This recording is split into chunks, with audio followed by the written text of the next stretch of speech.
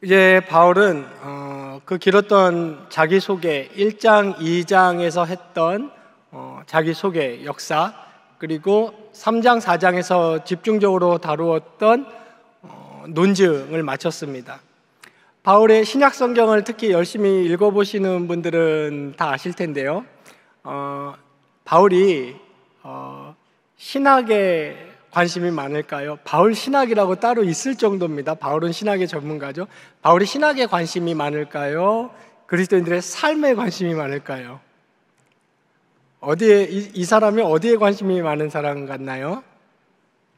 네, 그리스도인들의 삶에 훨씬 관심이 많습니다. 어떻게 보면 신학에는 별 관심이 없다고 얘기할 수 있을 정도예요. 제가 여러 번 소개를 드렸을 텐데 바울의 모든 서신은 딱 형식이 거의 정해져 있습니다. 앞부분에서는 인사말을 하고 내가 그리스도의 종이다 선포한 다음에 그리스도의 말씀은, 그리고 신학적으로 이렇게 교리적으로 설명을 하죠. 그리고 뒷부분은 뭡니까? 소위 말하는 실천편. 그러므로 형제들아, 여기 이 삶에 관심이 많은 겁니다. 그러니까 우리가 그토록 열심히 배우는 신학과 교리는 우리 삶에서 적용, 녹여내기 위해서 배우는 겁니다. 만약에 앞부분에서 사도 바울이 그렇게 열심히 얘기했던, 아주 격하게 표현도 했잖아요. 오직 믿음으로만 구원받는다, 행위로는 아니다. 이게 그냥 그렇구나, 나 이제 천국 가는 사람이구나 하고 끝난다면 별 의미가 없는 거죠. 바울은 그러므로 너희는 이거를 아는 사람들답게 너희는 이렇게 살아라, 요 얘기를 하고 싶은 거죠. 이거를 모르는 사람들은 저렇게 살지만 이걸 아는 너희는 이렇게 살아라 라고 이 실천에 관심이 많은 겁니다. 그러니까 저와 여러분은 교리를 아는 것도 굉장히 중요합니다. 굉장히 중요하죠. 뭘 알아야 적용을 할 거 아닙니까, 삶에서. 그러나 그거 못지않게 어떤 면에서는 그거보다 더 중요한 것은 우리가 열심히 사력을 다해서 나의 매일 월, 화, 수, 목, 금, 직장, 가정, 어디서든지 이 배운 교리를 삶에 녹여내고 적용하도록 애쓰는 것이 훨씬 중요합니다. 그래서 바울은 이 갈라디아서도 이제 남은 5장과 6장에 걸쳐서 이 소위 말하는 실천편, 적용에 대해서 얘기합니다. 갈라디아서 워낙 유명해서 여러분 좀 잘 아시겠죠? 5장의 뒷부분에 가면 그 유명한 성령의 9가지 열매가 나옵니다. 그런 다음에 서로 짐을 지라, 그런 얘기를 하고, 그 다음에 우리가 성령 안에서 어떻게 살아야 되는지 구체적으로 얘기를 하고 있습니다. 그래서 이 5장은 이 실천편의 시작이라고 할 수 있는데, 이 시작을 하면서 바울이 제일 먼저 꺼내는 말이 무엇이냐면 믿음입니다. 믿음으로 살아라. 여기 보시면 우리가 읽었던 5장 5절에 믿음을 따라 그랬고, 6절에도 6절 맨 끝에 보시면 믿음뿐이니라 라고 얘기를 했습니다. 그러니까 바울은 그리스도인들이 삶의 실천을 하면서 이렇게 살아가는데 가장 먼저 염두에 두고 시작해야 될 것이 믿음이다, 그러면서 이 믿음의 성격을 먼저 이야기해 주고 있습니다. 그 믿음의 성격을 정리를 하기를 6절 마지막 부분에 사랑으로서 역사하는 믿음이다 라고 얘기를 했습니다. 요 설명을 이제 절대로 한 절씩 살펴보면서 좀 해보도록 하죠. 먼저 5장 1절은 어떤 전환점 같은 겁니다. 앞부분에 이제 논증을 끝내고 그 다음 부분에 적용을 시작하는 전환점 같은 건데, 거기 보시면 사실은 이 5장 1절은 앞부분의 결론에 해당한다고 볼 수 있어요. 5장이 앞에서 시작되기 때문에 새로운 뭔가가 시작된다고 느끼기 쉬운데, 새로운 무언가가 시작되는 것은 5장 2절에 보시면 빨간색 점 있죠? 점. 여러분 성경에도 있나요? 5장 2절 앞에 이 바로 다음에 빨간색 점 있죠? 예, 성경의 그 점은 다른 이슈, 다른 주제가 이제 또 시작된다라는 표시입니다. 그러니까 이 5장에서 진짜 사도 바울이 하고 싶은 말은 2절에서 시작된다고 볼 수 있습니다. 그러나 1절은 앞부분을 정리하고 시작되는 부분에 문을 열어주는 역할을 하는데 이렇게 얘기합니다. 그리스도께서 우리를 자유롭게 하려고 자유를 주셨으니 그러므로 굳건하게 서서 다시는 종의 멍에를 매지 말라고 했습니다. 기억나십니까? 그리스도께서 우리에게 주셨다는 그 자유는 어떤 종류의 자유입니까? 인간에게 있어서 가장 본질적이고 가장 궁극적인, 그러니까 인간이 가장 본질적이고 존재론적이고 궁극적으로 매여 있는 노예 상태, 속박에서 자유를 줬다는 겁니다. 다른 말로 이렇습니다. 거주 이전의 자유 같은 걸 말하는 게 아니죠. 언론의 자유 같은 걸 말하는 게 아니죠. 지구상에는 아직도 거주 이전의 자유나 의사표현의 자유가 제한된 국가가 생각보다 꽤 많습니다. 혹은 자기 의사결정의 자유, 이런 것도 자유죠. 굉장히 중요한 자유들입니다. 자기가 하고 싶은 것을 선택할 자유 같은 것. 그러나 오늘 갈라디아서를 통해서 사도 바울이 너희를 자유롭게 했다고 했을 때 이 자유는 그런 종류의 자유가 아닙니다. 그거보다 더 본질적인, 근본적인, 우리 인간에게 있어서 가장 필요한 자유, 우리 인간이 도저히 해결할 수 없는 자유, 무슨 자유였죠? 기억나십니까? 죄와 사망으로부터의 자유입니다. 그러니까 인간은 누구나 죄인이기 때문에 그 죄에 대한 죄책에 대한 책임을 져야 하는 것이죠. 이 책임에서 누구도 벗어날 수 없어요. 이 상태를 성경은 뭐라고 표현합니까?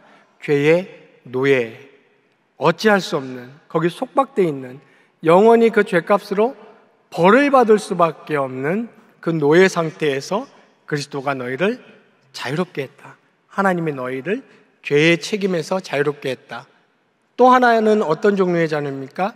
죽음입니다. 죽음, 영원한 죽음. 그러니까 죽음이라는 것을 다른 말로 하면 생명 없음이죠. 생명 없음, 생명 잃어버렸음. 이것을 성경은 노예 상태라고 이것도 표현을 해요. 사망의 노예, 죄의 노예, 자기 운명에 대한 속박, 자기가 거기서 자유로울 수가 없는 거예요. 어떻게? 우리의 마음은 어떻습니까? 자유로우려면 어떻게 해야 돼요? 생명을 갖고 싶다. 자유롭게 생명을 가져야겠죠. 아, 영원히 살고 싶다. 나 살고 싶다. 살아야겠죠. 근데 그렇게 할 수가 없는 거예요. 그런 무능, 그 죄에 대한 책임과 영원한 죽음으로부터 우리가 인간이 도저히 해볼 수 없는 거기서 예수 그리스도께서 너희를 자유롭게 했다. 그리스도 피가 너희를 자유롭게 했다. 그러므로 그리스도인들에게 성경은 시종일관 하는 얘기가 그것입니다. 그러므로 너희는 이제 여기서 가장 본질적이고 가장 근본적이고 그리고 영원한 인간의 문제를 해결했으니 이 기쁨, 이 감사, 이 소망, 이 자유를 가지고 너희는 이제 이렇게 살아라. 제가 서두에 얘기한 것처럼 유기된 사람들 그리고 자연인들처럼 어떻게 하면 아둥바둥, 짧은 인생, 유한한 인생, 아둥바둥 어떻게 해서든지 자기가 자유를 얻으려고, 어떻게 해서든지 자유감을 맛보려고, 어떻게 해서든지 생명을 얻어보려고 그렇게 살지 말고 너희는 이제 이렇게 살아라 라고 얘기하는 것이 복음의 메시지입니다. 지금 5장 1절에서 그리스도께서 우리를 자유롭게 하시라고 자유를 주셨으니 너희는 바로 거기 그 시점에 굳건하게 서서 스테이케테라는 단어입니다. 이 스테이케테라는 단어는 굳건하게 서다라는 이 단어는 군인이 자기가 지켜야 할 그 근무지, 그 막사, 그 자기의 전쟁 자리에서 떠나지 않고 굳건하게 서 있는 겁니다. 어떤 공격이나 어떤 어려움, 환경이 나를 둘러싸도 거기를 지키고 굳건하게 서 있는 그런 상태를 말합니다. 그러니까 사도 바울은 갈라디아 교인들에게 너희에게 주신 그 그리스도의 자유의 자리, 거기에 굳건하게 서서 다시는 이쪽으로 가지 마라. 다시는 이 종의 멍에를 매지 말라라고 얘기하고 있는 것입니다. 그러므로 너희는 구체적으로 어떻게 살아야 하느냐를 얘기하기 시작하는데, 그 전에 이제 2절과 3절과 4절에 걸쳐서 사도 바울은 다시 한번 자기가 인생의 자기의 본질, 존재론적인 자유, 진짜 존재론적인 자유를 얻기 위해서 인간의 행위, 육신의 행위, 인간의 행위를 가지고 아둥바둥 해보려는 사람들, 이 존재론적인 자유는 굉장히 너무 경우가 많아서 다 열거하기 힘들어요. 어떤 사람은 어디서 찾습니까? 돈에서 찾을 수 있어요. 돈이 많으면 많을수록 난 자유할 수 있다. 어떤 사람은 건강에서 찾을 수 있습니다. 어떤 사람은 명예, 사회적 지위나 명예에서 자유, 존재론적인 자유를 추구하겠죠. 사회적 지위가 높고 존중받는 위치에 있으면 내 삶은 더욱 자유롭겠다. 아니면 심리적, 정신적, 적지 않은 사람들은 정신적인 철학적 사유 같은 데서 자기의 존재론적인 자유를 찾으려고 합니다. 나는 자유하고 싶어. 나는 자유롭게 살고 싶어. 나는 유한한 이 인생을 정말 인생의 의미를 찾으면서 자유인으로 살고 싶어. 사색, 철학적 유희, 이런 것에서 자유를 찾기도 합니다. 굉장히 많아요. 자식이 잘 되는 것이라든지 행할 수 없습니다. 헤아릴 수 없습니다. 인간관계라든지. 그 모든 것들에서 인간들은 어떤 자유를 찾으려고 합니다. 그러나 성경이 말하는 것은 인간이 진짜 즐길 수 있고 정말 향유할 수 있고 정말 누릴 수 있고, 우리 찬양 가사에 자주 등장하잖아요. 느껴보셨나요? 기뻐 날뛰며, 기뻐 뛰며, 감사가 넘치며, 나 두려움 없으며, 이런 류의 진짜 본질적인, 인간의 본질적인 자유는 너희가 어디서 얻으라고 성경은 말합니까? 오직 그리스도 안에서, 그리스도가 주시는 자유를 통해서 인간은 얻게 된다. 그러므로 5절 1절에 거기에 굳게 서서 다시는 앞부분에서 사도 바울이 얘기했습니다. 세상의 초등학문, 그죠? 세상의 철학이나 아니면 절기나 월, 달을 지키는 것들, 그런 데서 자유를 얻으려고 하지 말고 존재론적인 자유는 그리스도 안에서 얻어야 된다. 가장 대표적인, 제가 지금 열거했던 그리스도가 아닌 다른 것을 통해서 자기 존재론적인 구원, 존재론적인 자유를 얻으려고 했던 가장 대표적인 갈라디아 교회에 있었던 그 방식이 무엇입니까? 유대주의 방식으로 하자라는, 제가 여러 가지를 열거했죠 방금. 근데 그 중에 이 갈라디아 교회에 들어왔던 사람들이 제시하는 것은 율법을 지켜야 된다는 것이었어요. 율법을 지켜야만 인간은 참 자유를 얻고 존재론적 의의를 얻고 하나님의 백성으로 인정받고 특히 구원함을 받을 수 있다. 율법 행위를 얘기하고 있습니다. 사도 바울은 그래서 너희가 2절에 보시면 너희에게 말하노니 너희가 만일 할례를 받으면, 이 말은 다른 말로 율법을 가지고 율법 안에서 자유함을 얻으려고 한다면, 율법 안에서 구원을 얻으려고 한다면 이 말입니다. 근데 할례를 받는 거가 나쁜 거예요, 여러분? 제가 하나 물어보겠습니다. 여기 할례가 굉장히 많이 나오잖아. 그때 유대주의자들은 예수 믿는 사람들에게, 특히 갈라디아 교인들에게 너 할례 받아야 돼. 할례 받아야 하나님의 자녀야. 그렇게 얘기했는데 할례가 나쁜 걸까요? 할례는 나쁜 게 아니에요. 심지어는 사도 바울이 디모데에게 할례 받게 했어요. 그거 아십니까? 할례 받게 했어요. 그리고 여기도 이제 6절에 보시면 할례나 무할례나 효력이 없으되, 이 말은 할례든 무할례든 상관없다. 아무 문제 없다. 할례 받으려면 받아라. 받기 싫으면 안 받아도 돼. 그런 말입니다. 할례가 문제가 아니고 문제는 뭐죠? 이 할례를 받음으로 해서 하나님 앞에 내가 의롭다함을 받을 수 있다고 생각하는 그 사고방식, 그 믿음이 문제인 겁니다. 그 의식이 문제인 거죠. 그러니까 이 율법을 내가 다 지켜야 하나님 앞에 바른 사람으로, 구원인으로 설 수 있다는, 그게 문제입니다. 그러니까 여기서 할례를 받으면, 이 말은 구체적으로 풀면은 할례를 받아야만 하나님 앞에 의인으로 설 수 있다고 너희가 생각한다면, 이 말입니다. 그렇다면 사도 바울이 뭐라고 말했습니까? 그리스도께서 너희에게 아무 유익이 없으리라 그랬습니다. 이 아무 유익이 없다라는 말은 여기 아무것도 없다, 이 말은 우덴이라는 헬라어인데, 우덴이라는 뜻은 그냥 조금밖에 유익이 없다거나 그냥 조금밖에 효력이 없다는 말이 아니라 제로, 0%라는 말입니다. 아무 유익이 없다는 말이죠. 이 말이 무슨 말을 의미하냐면 그리스도께서 인간을 구원하실 때 인간이랑 조금 더 협력하시지 않고 오직 그리스도께서 홀로, 오직 은혜로만, 그리스도의 역사로만, 오직 그리스도의 공로로만 인간을 구원하십니다. 그게 복음이죠.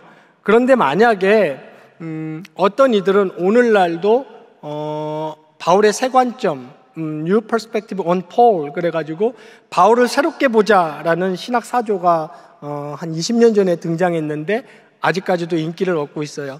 그 사람들이 주장하는 게 이 사람들 주장하고 비슷해요. 무슨 주장이냐면 예수 믿어야지, 예수 믿어야 구원 얻어, 이렇게 얘기합니다. 그런데 그 사람들이 주장하는 건 뭡니까? 플러스 인간의 행위로 마침표를 찍어야지, 이렇게 얘기합니다. 표현하자면 이런 겁니다. 처음에 예수를 믿게 되고 처음에 구원인이 된 것은 은혜로만 되는 게 맞고 오직 예수를 믿음으로 되는 게 맞지.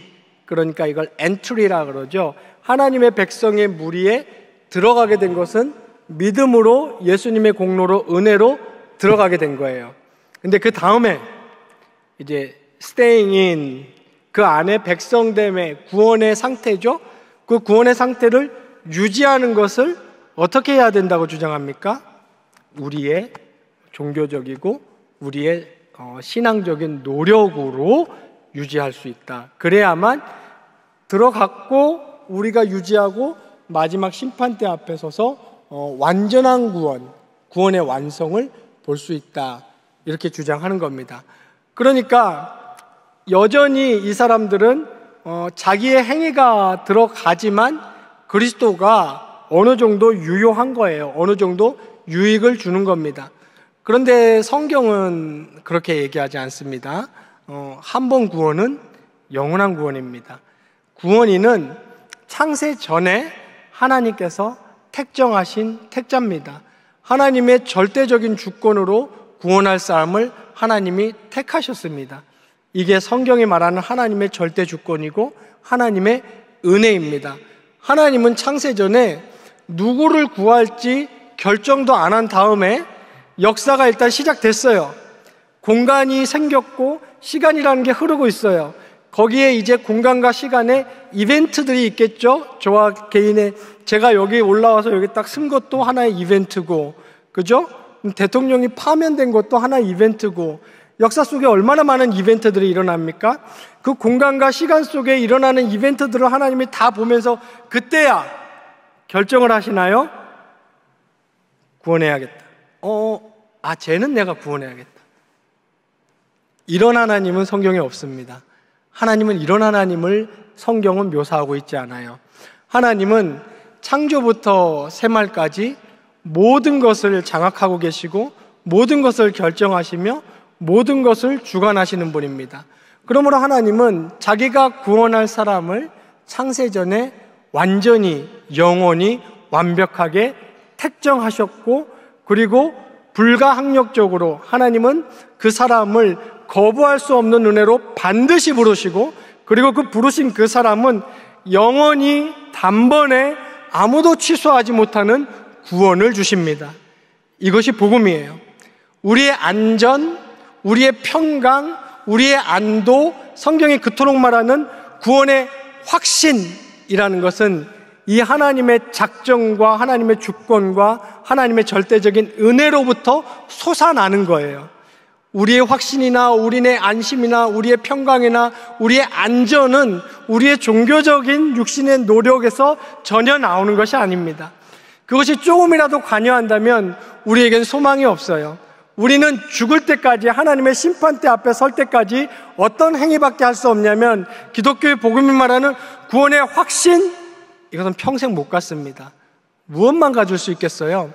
제발 구원이 완성됐으면 하는 열렬한 갈망, 열렬한 소원, 내가 심판대 앞에 딱 서봤을 때 제발 통과해야 될 텐데 하는 갈급함, 구원의 갈급, 구원의 갈망, 구원의 열정, 구원의 노력은 우리가 가질 수 있어도, 그러나 여러분, 그것은 기독교의 복음이 아닙니다. 기독교의 복음은 구원의 확신이에요. 오직 우리 주 예수 그리스도 안에서만 받을 수 있는 구원의 확신입니다.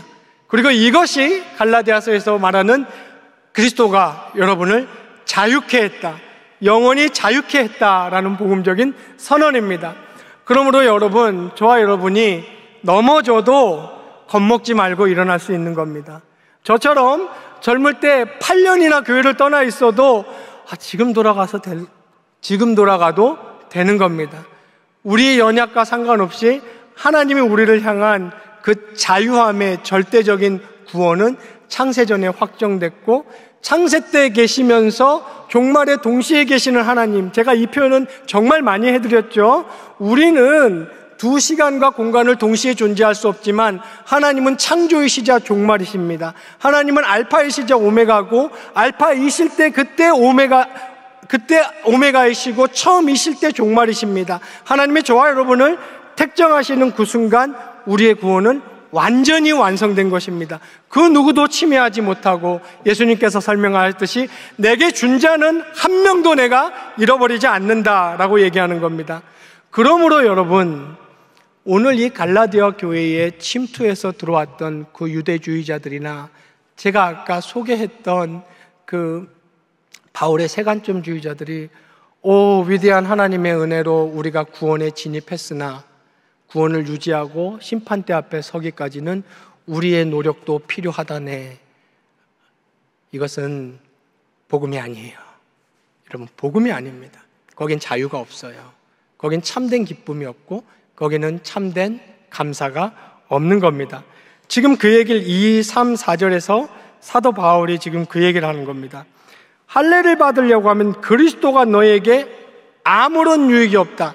그냥 덜 유익하다, 조금만 유익하다가 아니라 아무런 유익이 없다. 이걸 더 강력하게 어떻게 말하는 줄 아십니까? 4절 보십시오. 그리스도에게서 끊어지고 라고 했습니다.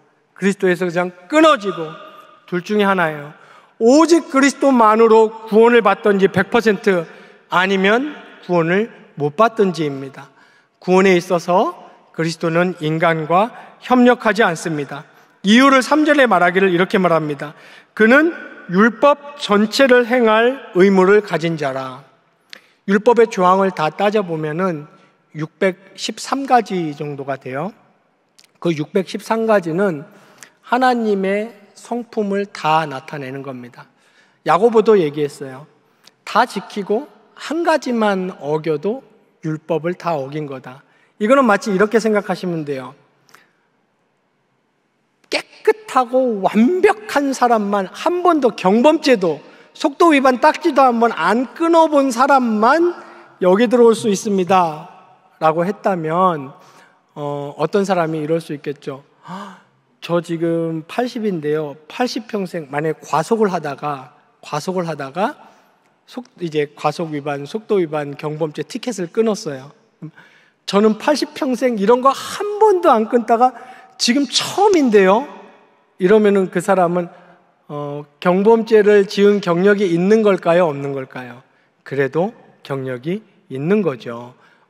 적절한 비유가 될지 모르겠습니다만 예를 들면 이런 겁니다. 그러니까 사도 바울이 지금 그 얘기하는 거예요. 율법 전체를 행할 의무를 지닌 자다, 이 얘기를 하는 겁니다. 그러니까 결국은 율법을 가지고 자유를 얻고, 율법 행위를 가지고 하나님 앞에 구원인이 되려고 하고, 율법 행위를 가지고 내가 나의 영원한 생명, 영원한 구원을 확보하려고 하는 자는 모든 율법의 행위를 다 지켜야 되는데, 우리가 확인했듯이 그럴 수 있는 사람은 한 명도 없다라고 복음은 이야기하는 겁니다. 2절과 3절과 4절이 지금 그 얘기를 하고 있는 것이고, 5절 보겠습니다. 이제 바울이 믿음을 얘기합니다. 그러므로 너희는 율법의 행위가 아니라 오직 믿음을 가지고, 즉 예수 그리스도와 하나님이 그리스도께서 이루어 놓으신 그 일에 대한 이 객관적인 사실에 대한 우리의 믿음만이 유효하고 믿음만 있을 뿐이다 라고 얘기를 하면서 5절에 우리가 믿음을 따라 의의 소망을 기다린다. 성령으로 믿음을 따라 의의 소망을 기다리노니 라고 했습니다. 여기 의의 소망이라는 것이 무엇입니까?